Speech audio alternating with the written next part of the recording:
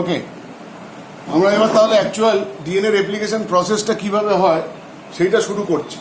আগের ছবিটা থেকে নিশ্চয়ই বোঝা যাচ্ছে যে আমি রেপ্লিকেশন ফর্ক যেটা, সেই রেপ্লিকেশন ফর্কটাকে বড় করে এঁকেছি। যদি বুঝতে অসুবিধা হয় যে রেপ্লিকেশন ফর্ক কেমনভাবে তৈরি হলো, আমি এখানটা আরেকবার এঁকে দিই। তাহলে এই ছিল আমার ডিএনএ ডবল হেলিক্যাল। আমি এটাকে পেঁচানোটাকে আঁকিনি। তাহলে এইখানে তার একটা পার্টে কি তৈরি হলো, রেপ্লিকেশন বাবল। এবার এই রেপ্লিকেশন বাবলের এইটুকু পার্টকে আমি যদি ঘুরে দেখি তাহলে সেটা দেখতে লাগে এরকম, অর্থাৎ রেপ্লিকেশন ফর্ক। ওকে, বোঝা গেছে? ওকে, তাহলে এবার আমরা শুরু করব যে কি করে প্রোক্যারিওটের ক্ষেত্রে আমাদের রেপ্লিকেশন প্রসেসটা অ্যাকচুয়ালি হয়। তাহলে প্রথমেই দেখো, রেপ্লিকেশন প্রসেস বা ট্রান্সক্রিপশন বা ট্রান্সলেশন, এই তিনটে যখনই আমরা পড়বো, তিনটে ভাগে আমাদের গল্পটাকে পড়তে হবে। কি করে ঘটনাটা ঘটছে সেটা তিনটে ভাগে পড়তে হবে। সেটা আমি এখানে লিখি পয়েন্টগুলো। ফার্স্ট হচ্ছে ইনিশিয়েশন। ইনিশিয়েশন মানে সূচনা। ওকে, তারপর ইলংগেশন। যখন নূতন ডিএনএ চেন তৈরি হবে সেটা তো ক্রমশ লম্বা হবে, তাহলে সেটা হচ্ছে ইলংগেশন। আর তারপর হবে টার্মিনেশন, অর্থাৎ সমাপ্তি। সমাপ্তি।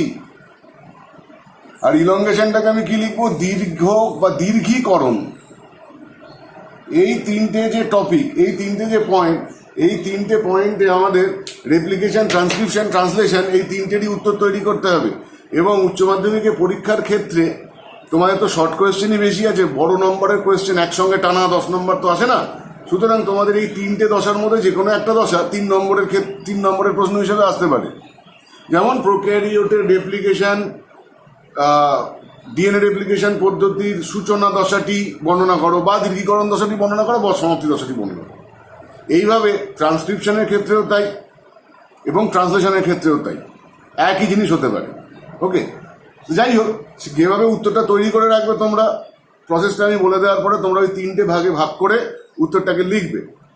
আপাতত আমরা প্রসেসটার দিকে মন দিই। এই রে, বোর্ডটা নড়ে গেল, আমি একবার দেখে নিই ভিডিওতে আবার বোর্ডটা ঠিকঠাক আসছে কিনা। হ্যাঁ, আসছে। ওকে, তাহলে প্রথম আমাদের কি হয়েছে না, এই যে ডিএনএ, দ্বিতন্ত্রী ডিএনএ পেঁচিয়ে ছিল, সেইটাতে একটা রেপ্লিকেশন বাবল হয়েছে, সেটা খুলতে হয়েছে।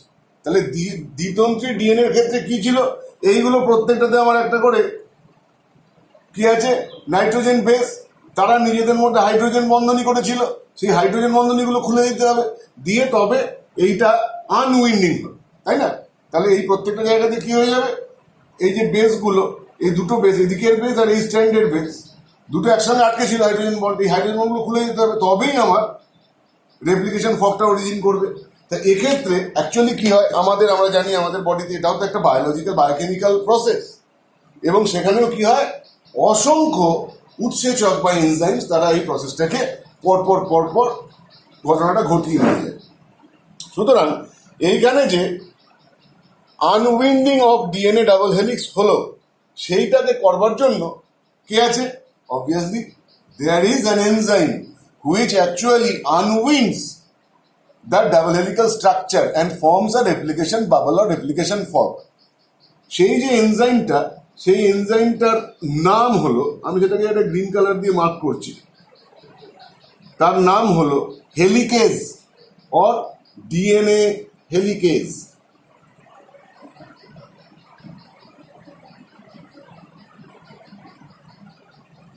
তাহলে হেলিকেজ কি করবে, দ্বিতন্ত্রী ডিএনএ কে একতন্ত্রী ডিএনএ তে পরিণত করবে, অর্থাৎ রেপ্লিকেশন বাবলটাকে খুলে দেবে। বুঝতে পেরেছো? তোমরা কিন্তু প্রত্যেকে খাতা পেন নিয়ে বসবে এবং ছবিটা এইভাবে আঁকতে আঁকতে বুঝতে বুঝতে যাও। সঙ্গে যেটা করো, দুটো গার্ডার একটু পেঁচিয়ে রেখে দাও, তাহলে আমার এই তারটার মতো দেখতে হবে। বা তোমাদের কাছে যদি পাটের দড়ি থাকে, সুতলি দড়ি, সেই সুতলি দড়ির একটা পার্ট তোমাদের হাতের কাছে রাখলেও হবে। তাহলে দেখো, আমি এইভাবে দেখানোর চেষ্টা করছি, তারটা খুব পুরনো, যাই হোক ছিঁড়ে যেতে পারে। এখানে যখনই রেপ্লিকেশন বাবল ফর্ম হচ্ছে, ওকে, দেখা যাচ্ছে কিনা জানি না, রেপ্লিকেশন বাবল যে মুহূর্তে ফর্ম হচ্ছে, অর্থাৎ কিনা এই পার্টটাতে কি হচ্ছে, আনউইন্ডিং অফ ডিএনএ হচ্ছে। ওকে, তখন কিন্তু এর পেছনের দিকগুলো, এই দিকগুলোতে প্যাঁচ বেড়ে যাচ্ছে, তাই না? বুঝতে পারছো তো? তাহলে ডিএনএ মলিকিউলটা সেটা কি থাকে? নেগেটিভলি সুপার কয়েল থাকে। এই নেগেটিভলি সুপার কয়েলের যখন এখানে খুলছে, মাঝখানটা যখন আমার রেপ্লিকেশন বাবলটা তৈরি হচ্ছে, তখন তার আপস্ট্রিম এবং ডাউনস্ট্রিম দুদিকে সেখানে প্যাচের সংখ্যা কি হচ্ছে? আরো বেড়ে যাচ্ছে। তাহলে এইবার ভাবো, তোমাদের কানটি ধরে আমি যদি আচ্ছা করে পেঁচিয়ে দিই, এটা যদি কর্পোরাল পানিশমেন্ট হয়ে যাবে। আমি এসব করি না, তাই তো? ওকে, মারধর একদমই নয়, কিন্তু উদাহরণের জন্য যে যদি তোমার গার্ডেন নিয়ে করে দেখতে পারো, মাঝখানটা যদি তুমি খোলো, দু প্রান্তে, তাহলে কি হয়? প্যাচের সংখ্যা আরো বেড়ে যায়। প্যাচের সংখ্যা যদি খুব বেড়ে যায়, তাহলে গার্ডেনটা আলটিমেটলি ছিঁড়ে যেতে পারে। অর্থাৎ মাঝখানে যখন আমার এই আনউইন্ডিংটা হচ্ছে, তখন দুপাশে প্যাচের সংখ্যা বা দুপাশে ডিএনএ আরো বেশি পেঁচিয়ে যাচ্ছে, বলে সেই ডিএনএর ওপরে স্ট্রেস আরো বেড়ে যাচ্ছে। এটা অত্যন্ত সেন্সিটিভ এবং খুব প্রয়োজনীয় সূক্ষ্ম একটা জিনিস। তার উপর খুব বেশি প্যাচটা যেটুকু থাকা দরকার সেটুকুই থাকবে, তার চেয়ে বেশি যদি প্যাচ হয়ে যাচ্ছে, যে স্ট্রেসটা, সেই স্ট্রেসটা রিলিভ করবার জন্য কি হবে সেটা ভালো করে বুঝে নাও। এইখানে একটা ডিএনএ, দুটো দ্বিতন্ত্রী ডিএনএর মধ্যে একটা ডিএনএ তন্ত্রীটা একটু কেটে যাবে। তার ফলে কি হবে? উল্টো দিকে ঘুরে যাবে। গার্ডারের প্যাচ ভালো করে পেঁচিয়ে আছে, একটা গার্ডার, দুটো গার্ডার একে অপরের সঙ্গে খুব টেনে পেঁচিয়ে রেখে, একটা গার্ডার যেই তুমি কেটে দেবে, দেখবে গার্ডারটা উল্টো দিকে বনমন করে ঘুরে গেল। হয়তো এরা প্রত্যেকে নিজেরা করে দেখে না, তাহলে প্রসেসটা খুব সহজে বুঝতে পারবে। ওকে, তাহলে এইখানে কি হলো? ডিএনএটা উল্টো দিকে ঘুরে যায়। তার ফলে কি হয়? আপস্ট্রিম এবং ডাউনস্ট্রিমে ডিএনএ যেগুলো যে বেশি পেঁচিয়ে গিয়েছিল, সেই প্যাচগুলো অনেকটা কমে যায় এবং ডিএনএর উপরে স্ট্রেসটা রিজলভ হয়ে যায়। তাহলে এইখানেও অবভিয়াসলি কি আছে? আবার একটা এনজাইম আছে, যে এনজাইমটা এই কাজটা করে। ওকে, দাঁড়াও, আমি তোমাদের বোঝবার সুবিধার জন্য যেটা করি, আরে ঠিক আছে, আমি কন্টিনিউ করি, তারপর তোমায় বলছি। আবার আরেকটা জিনিস দেখো, তুমি একটা গার্ডার নিয়েছো, নিয়ে পেঁচিয়ে নিয়েছো, ধরো আমি এটাকে পেঁচিয়ে নিয়েছি, এটা তার বলে আমি ছেড়ে দিলে কি হচ্ছে? এটা আস্তে আস্তে আবার গুটিয়ে যাচ্ছে, তাই না? রেপ্লিকেশন বাবল ফর্ম হলো।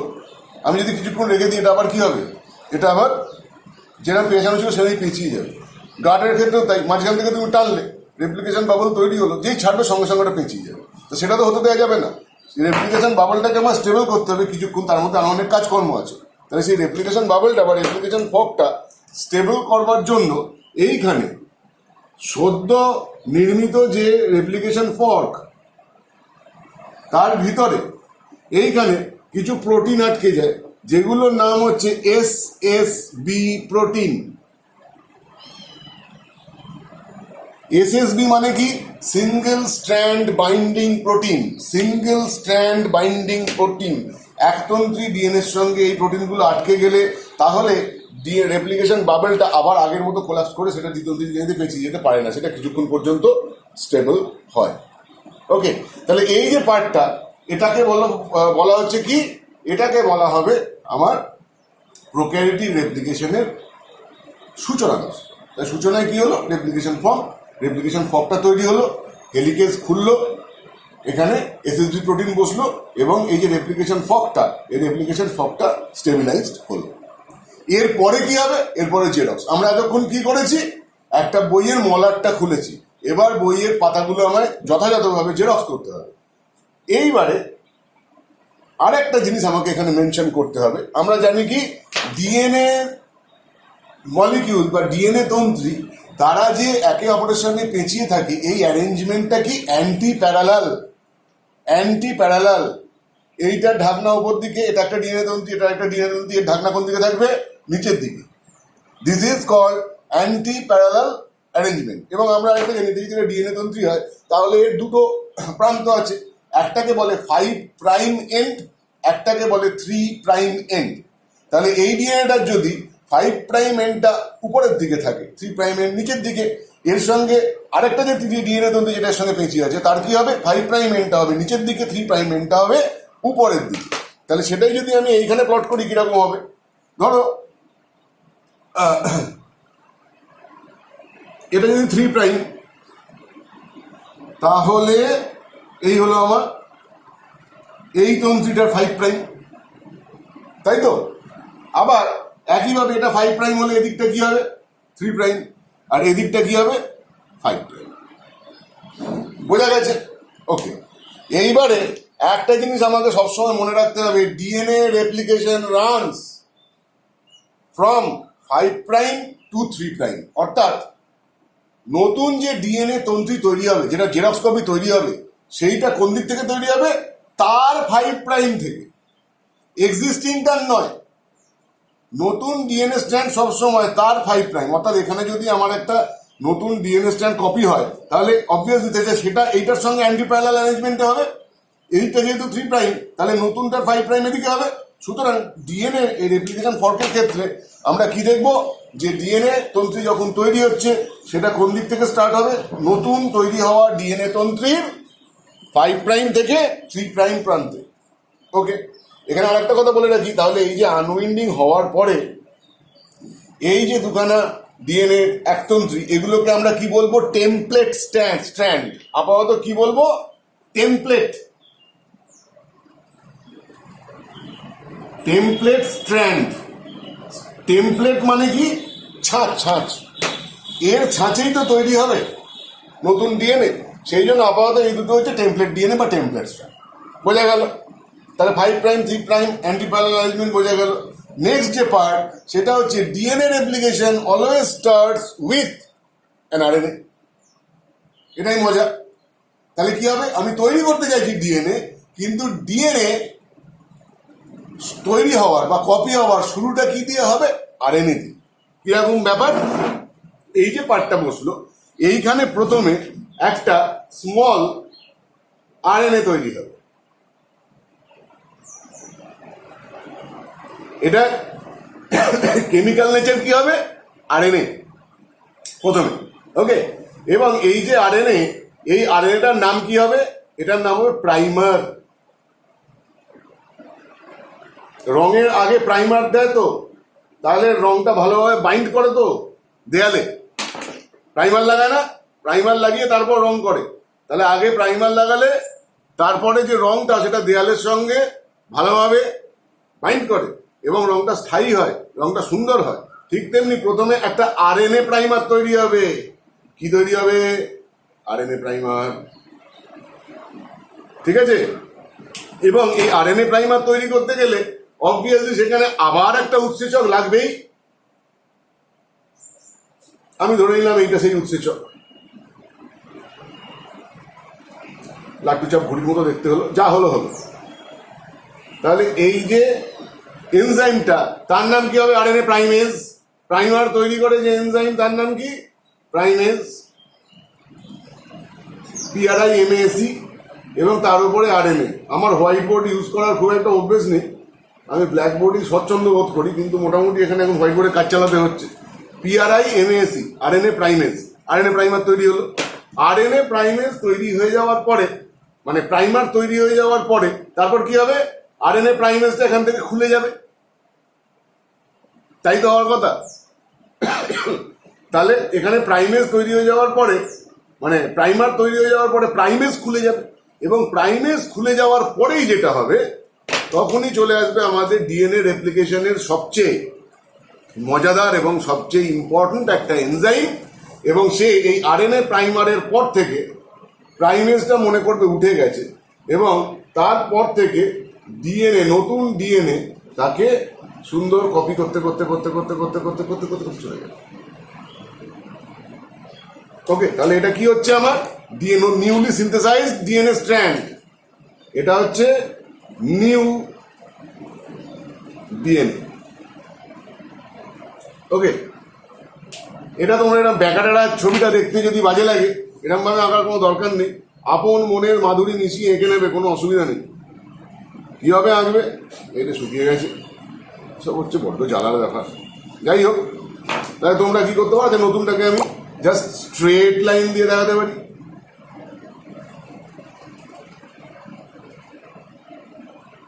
ঠিক আছে, এবার ডিএনএটা কি করে তৈরি হলো বলছি। তার আগে যে এনজাইমটা এই মহান কাজটা করলো, সেই এনজাইমটা খুব ইম্পর্টেন্ট, যে কিনা এই আরএনএ প্রাইমারের পর থেকে পরপর নতুন ডিএনএ তৈরি করে ফেললো। কি করে তৈরি করলো না করলো আমি বলছি। তাহলে সেই এনজাইমটার নাম আগে বলি। ইনি হচ্ছেন ডিএনএ পল 3। যাদের নামের শুরুতে পল আছে তারা খুবই মাল্টি ডাইমেনশনাল হয় তো, তাই তো নাকি? যাই হোক, তাহলে DNA Paul 3। Paul stands for polymerase. Paul stands for polymerase. তাহলে ডিএনএ পলিমারেজ। ওকে, তাহলে দেখো এক একটা নিউক্লিওটাইড, সেগুলোকে যদি আমরা মনোমার ধরি, নিউক্লিওটাইড মনে করো, ওকে, তাহলে এখানে পরপর অনেকগুলো নিউক্লিওটাইড বসে কি তৈরি হবে? পলিমার। তাহলে এখানে ডিএনএটা এক ধরনের পলিমার। এই পলিমারটা তৈরি করছে কোন এনজাইম? না, ডিএনএ পলিমারেজ 3। বোঝা গেছে? তাহলে এখানে কিভাবে তৈরি হবে দেখো, আমি মনে করে নিচ্ছি, ধরে নাও এখানে এ টি জি সি বসে আছে, তাই তো, নাইট্রোজেন বেসগুলো। তাহলে এ এদিকে এ থাকলে এখানটা কি হবে? টি, এখানে হবে এ, এখানে হবে সি, এখানে হবে জি। তাহলে ঠিক এর উল্টো, এখানে বসতে বসতে যাবে। কোত্থেকে পাবে? না, এইগুলো আমাদের সেলের মধ্যে অবভিয়াসলি রয়েছে, তাদেরকে বলছি ডিএনটিপিস। ডিএনটিপিস মানে ডিএটিপি, ডি টিটিপি, ডি জিটিপি আর ডি সিটিপি। তাহলে এইগুলো সেলের মধ্যে রয়েছে এবং এইগুলো থেকে এক একটা করে ধরবে। এখান থেকে তাহলে কি বেরিয়ে যাবে? এএমপি, ডিএএমপি বেরিয়ে যাবে। এবং এই যে তোমার নাইট্রোজেন বেস, সেইগুলো যথাযথ যেখানে যেখানে আছে সেখানে সেখানে সুন্দর সুন্দর তার অপোজিটে ফিট করতে করতে করতে করতে ডিএনএ পলিমারের সুন্দর চেনটা টেনে দেবে। তাহলে সেলের মধ্যে অলরেডি অ্যাভেলেবেল ডিএনটিপিস, সেগুলো ইউজ করবে, এনার্জি এটিপি থেকে ইউজ করবে, এবং ডিএনএ পলিমারেজ 3 এই যে টেমপ্লেট স্ট্যান্ডে যে অ্যারেঞ্জমেন্টে রয়েছে ঠিক তার উল্টো অ্যারেঞ্জমেন্টে এখানে নতুন একখানা ডিএনএ মলিকিউল তৈরি করবে। এত অব্দি বোঝা গেছে তো? ওকে, এইবার তাহলে মজা কীরকম হলো? এই যে ডিএনএ স্ট্র্যান্ডটা, এখানে একটা টানা direct continuous newly synthesised DNA strand তৈরি হয়ে গেল। ওকে, কোনো এখানে আর কোনো আটকালো না, সুন্দর একটা লম্বা তৈরি হতে শুরু করে দিল। তাহলে এই যে স্ট্র্যান্ডটা, এইটাকে আমরা কি বলবো? Leading strand. তাহলে এইটাকে আমরা কি বলবো? Leading strand.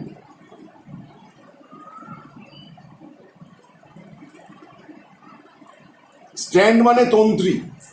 তাহলে লিডিং স্ট্র্যান্ডের ক্ষেত্রে কি হবে? কন্টিনিউয়াস ডিএনএ সিনথেসিস হবে। ওকে, তাহলে এ হচ্ছে ভালো স্টুডেন্ট, রোজগার পড়া রোজগার করে। আর যারা রোজগার পড়া রোজগার করে না, তারা কি হবে? তাদের লেখাপড়াও বাধাপ্রাপ্ত হবে। সেটা আমরা দেখবো, তাদের পরিণতি এই দিকে। এই স্ট্র্যান্ডটার নাম হচ্ছে ল্যাগিং স্ট্র্যান্ড। সেটা আগে বলে দিই, এই স্ট্র্যান্ডটার নাম কি? Lagging strand. এখানটা ফাঁকা রাখলাম কেননা এখানে আমায় আরো কিছু পয়েন্টিং করতে হবে। ওকে, তাহলে এখনো অব্দি যা যা বলেছি সেখানে বোঝা গেছে। কি কি বলেছি? হেলিকেজ বলেছি, হ্যাঁ। ও এখানে এটা আমি নামটা বলতে ভুলে গেছি, এইটার নাম হচ্ছে গাইরেজ। এই এনজাইমটার নাম কি? গাইরেজ। গাইরেজ কি করে?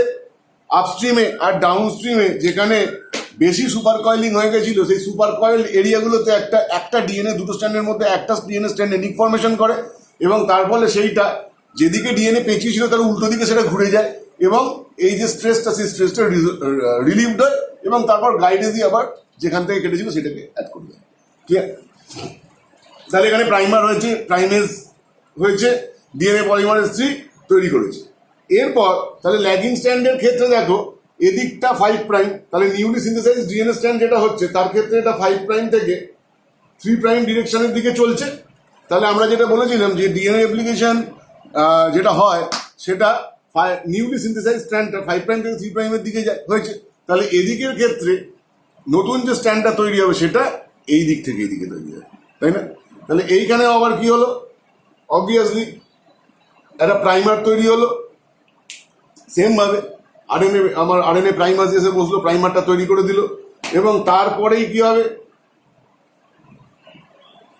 এখান থেকে নিউলি সিনথেসাইজ ডিএনএ কে তৈরি করছে?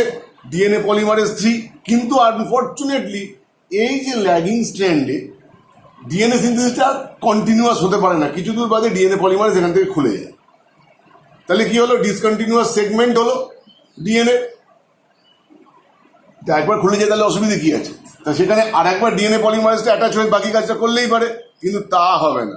ডিএনএ পলিমারেজ 3 সে কখনো আরএনএ প্রাইমার ছাড়া নিজের কাজ শুরু করতে পারবে না, মানে ইঞ্জিন ছাড়া রেলের বগি চলবে না। আরএনএ প্রাইমার হচ্ছে রেলের ইঞ্জিন, তাহলে সেখানে আবার আমাকে একখানা রেলের ইঞ্জিন তৈরি করতে হবে। আবার এখানে আরএনএ প্রাইমেজ এলো, আরএনএ প্রাইমার তৈরি করলো, ঠিক আছে, তারপরে আবার ডিএনএ পলিমারেজ 3 তার নিজের কাজ করতে শুরু করলো। ওকে, এতদূর বোঝা গেছে তো? তাহলে এইভাবে এখানটাতে এই ল্যাগিং স্ট্র্যান্ডে নিউলি সিনথেসাইজড যে ডিএনএ গুলো তৈরি হচ্ছে আপাতত দেখো, সেগুলো সবই ফ্র্যাগমেন্টেড ডিএনএ। এটা বাধা পেয়ে পেয়ে হচ্ছে। এখানে একটা গান মনে পড়ে যায়, কি ওই যে থমকে থমকে থির বিরূপায় পল্লীর বালিকা বনপথে যায় আকেলা বনপথে যায়। ওই এই সেম জিনিসটা তোমরা কোথায়, এই গানটা কোথায় মনে রাখবে? স্যালটেটারি কন্ডাকশন, নার্ভ ইম্পালস প্রোপাগেশনে। আর একইভাবে মনে রাখবে ল্যাগিং স্ট্র্যান্ডে যখন আমরা ডিএনএ রেপ্লিকেশন পড়বো সেইখানে, এখানে কি হচ্ছে? কন্টিনিউয়াস, এখানে ডিসকন্টিনিউয়াস। আরেকটুখানি বলছি, মানে শুধু হাসার জন্য, অন্য কোনো কারণে নয়, ভিডিওতে বলছি তো সব কিছু রেকর্ড থাকে আবার। এটা হচ্ছে কি জানো তো? এটা হচ্ছে কনভেন্ট এডুকেটেড স্টুডেন্টের ইংলিশ বলে, ফ্লুয়েন্ট, এফার্টলেস।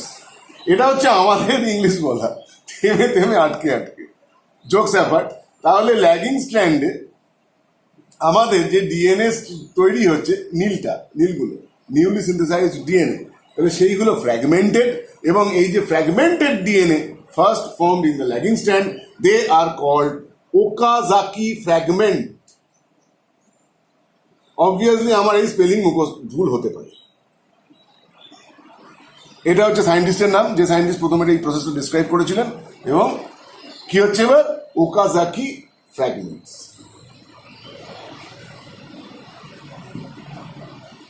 ওকে, ভিডিওটা আবার অনেকটা লম্বা হয়ে গেছে, আমি এই ভিডিওটাকে আবার এখানেই শেষ করছি।